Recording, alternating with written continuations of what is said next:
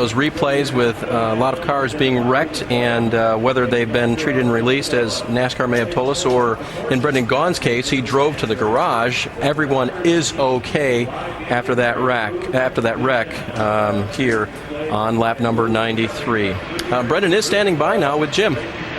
Well, Dave, I'd use the term innocent bystander to describe Brendan Gaughan, but I know it won't make you feel any better. You just had nowhere to go and no time to react, it looked like. No, I mean, I just watched the replay, and Carl Edwards went right through the hole that I was aiming for, and I saw Brian Keselowski lock him up, and when I saw him sliding into his door, I knew the hole was going to close. And it's a bummer. The South Point Camry tonight was running top 5 times. We were just really loose, really early in runs. Battle through that, and then the thing would just start passing everybody on the outside, making an outside groove, and Rusty built one heck of a racetrack with an outside groove, and our Camry was going to be there at the end of the night. Just one of those things. Every time we run good, we just can't put consecutive weeks back to back, man. It's killing us. I know you mentioned that your car owner designed this place. What is it about this place? Because every guy, even when guys wreck, they come back and say, man, I love Iowa Speedway. It's a great racetrack. I mean, it's very raceable. We were 3 wide a couple times, and I mean, it is a 3-groove racetrack, and it may even get more someday. But the best thing about this place is what the folks on television can't see. Is there is probably 50,000 tents and awnings that all have Big Ten college logos on them, and the fans took this like a Big Ten sporting event. They were tailgating all day. They've been here since 9 o'clock this morning, and when fans show up to the middle of Iowa in an Iowa cornfield for a racetrack like this, you gotta appreciate the fans and the track. All right, Brendan Gaughan pumped up even though his race is over. Let's go over to Shannon. Well, Jim, they've just refired engines as you watch the 99 car go by. We're up here with his crew chief, Jerry Baxter. 19-year-old Trevor Bayne leading the race right now. So how do you make a good car even better? We're going to kind of leave it alone right now. The old Aaron's Toyota's running really well. He doesn't really want any adjustments. He's just going to school. You know, he's been learning from the best tonight, following Kyle all that time, and the car's just pretty good. Johnny Benson also up on the pit box, talking him through this race. What do you think about what you've seen out of Trevor Bayne so far? He is really making some moves on Kyle Busch. He's listening a lot. Johnny Benson's worth his weight in gold at the moment, so I got to go. Thanks. Okay, Dave Burns. Shannon, he's got to go because pit road has been opened by NASCAR. Got some safety equipment exiting the track right in front of the field, but Ray, I got to believe everyone's going to come down pit road. Yeah, especially after what we've seen in tires. I think the guys are going to come in. You might see some more people do 2 tires based on what we saw with Drew Herring, but a lot of these guys with fast cars will probably do 4, because one of the things you can't count on is how much debris was left from that wreck that you run through. Here they come. Let's go down to Jim. It'll be a 4-tire stop for Kevin Harvick, who needs to get going on restarts. Needs a little bit of grip. They're on the right side. They'll go around and change the left side. Pack this one full of Sunoco fuel. Harvick's been complaining about the car all day long, but it's been running top 5 most of the day, Rick. I'll tell you, Kyle Busch has also been complaining about the car. They put the Sunoco fuel in. Their problem, loose early, tight late. They're trying to adjust and fix that, Shannon. Brad Keselowski, your points leader, dealing with loose all day. They're going to get a little aggressive track bar and a wedge adjustment. 4 tires for the 22. You see Trevor Bayne at the top of your screen. No changes, as you just heard Jerry Baxter say. Oh, and Kyle is going to get the lead. He picks up a spot. Trevor is going to lose that 1 spot. Keselowski and Harvick hold station in 3rd and 4th spot. Sometimes you win it on the track. Right now, Kyle Busch has gotten the lead back off of pit road. On top of the pace car, and your field is coming to the green. Look at the pit comparison. Kyle just 0.2 of a second quicker on that stop, guys. We're not going to go green right now, so let's analyze this. Trevor was better on the right side, but worse on the jack, and worse on the left side. So the left side is affected by the jack, isn't it, right? Yeah, it just, again, it's amazing what these guys are doing with pit stops, breaking it down like that, working on special positions. I mean, you're talking about 0.2 of a second has changed the lead in this race. 0.2 of a second, guys. Under pressure in the heat of the moment, these guys working that hard and doing these pit stops, it's not easy. Hey, I want to bring up something that Ray was talking about right before the pit stops occurred. Ricky, he talked about taking 4 tires because you don't know about the debris. Think about that from a driver's perspective? Yeah, Ray made an excellent point, and it put me back in the driver's seat. Anytime there's been a big wreck, and the crew chief will come on and say, before we pit, hey, did you go through any debris? If you're within 30 yards of it, you say, oh yeah, absolutely, I need 4. Give me 4, give them to me now. And I don't think... Typical driver. Yeah. Oh, he's very typical. All right, let's get a tire update from Jim.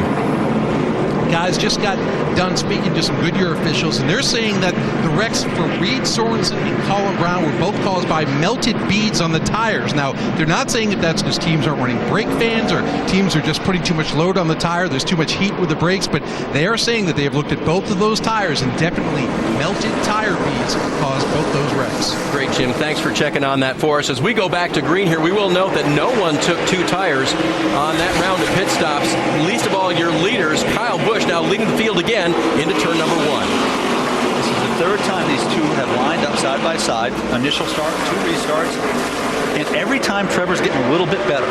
And look at this, better into turn 3, already challenging back for that lead. Using the inside line, Trevor Bayne trying to get the lead back. He's led only 4, actually 50 laps tonight. He tries to work on Busch. But guess what? Kevin Harvick is coming into the equation. Talk about getting better. He's getting more and more. He might not be broadcasting it, but he's getting more and more comfortable in his car. And what did Jim say? He wanted the car to take off better. Looks like Ernie Cope has done that for him. But I'll tell you, we've got 2 nationwide regulars with Steve Wallace and Trevor Bayne battling. Whoa! Oh, and Bayne better watch that left rear tire because he's got the veteran Kevin Harvick bumping on him. Even though he didn't hit him, you can feel that. When the front of a Are you sure he didn't hit him? Well, maybe, but you can still feel it. When the front of a car gets that close to your left rear, you can feel the air come over on your spoiler. Here comes Harvick. Keselowski to his outside, but Harvick trying to work that low line on Bayne. Keselowski now definitely in the picture, and nearly contact between him and Harvick coming off the corner. We've got room for 3, but not in that situation. And Bayne way up in that high side. Let's give some credit to Steve Wallace. He's gotten better and better as the race has gone along. Well, he's taking a look at this. I don't know if he wants to be S. He does want to be in on it, and he's going to go to the low side. So now we're going to try 3 wide. And he backs off for the moment, watching this battle. First place Busch is about 10 car lengths out. This is for second. Trevor Bayne in the 99.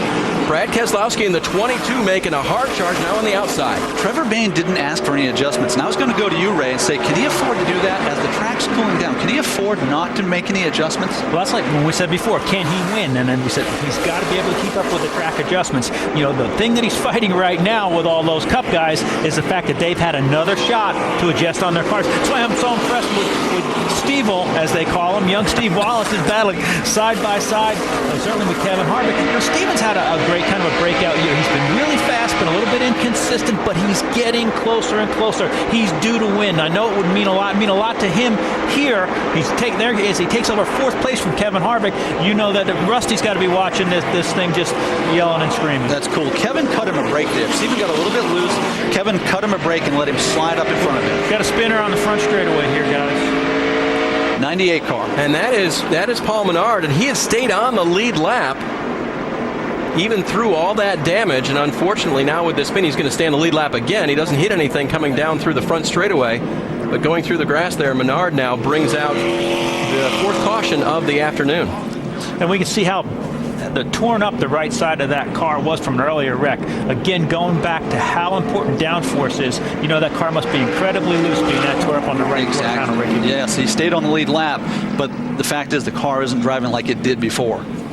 We talked about the fact at the beginning of this race how this is technically a short track, but it operates a lot like a super speedway, and you guys are talking about it here with aerodynamics. And which might be a little bit, have a little bit to do with that tire issue that we've seen, because part of a speedway package is not to have big brake duct openings. So if they're going faster, they're putting a lot of heat into the brakes as they're using, and if the cars have smaller ducts on to help that aerodynamic downforce, they might be overheating the bead in that tire. Inside the tire is actually a cable, a metal bead, and if that overheats, it melts the rubber and it'll blow out the tire. We've seen that happen several times tonight for our cautions, and that could be the reason for it. Thanks, Ray, for that explanation. All right, as we go to break one more time, under our 4th caution here at the Iowa Speedway, your leader, Kyle Busch. Back at Iowa Speedway for tonight's running of the U.S. Cellular 250 presented by Northland Oil and John Deere. Your race leader is Kyle Busch. The points leader still Brad Keselowski. Highest running rookie Brian Scott. And on the move, that car of Shelby Howard. I'm going to show you the reason we're under caution. Paul Menard spinning down, and it looks like just gets off of that car right in front of him. I think it was Mike Wallace, and then spins down to the inside grass. Well, no harm, no foul. Didn't make any more contact, but if he's going to have a good night, they're going to have to get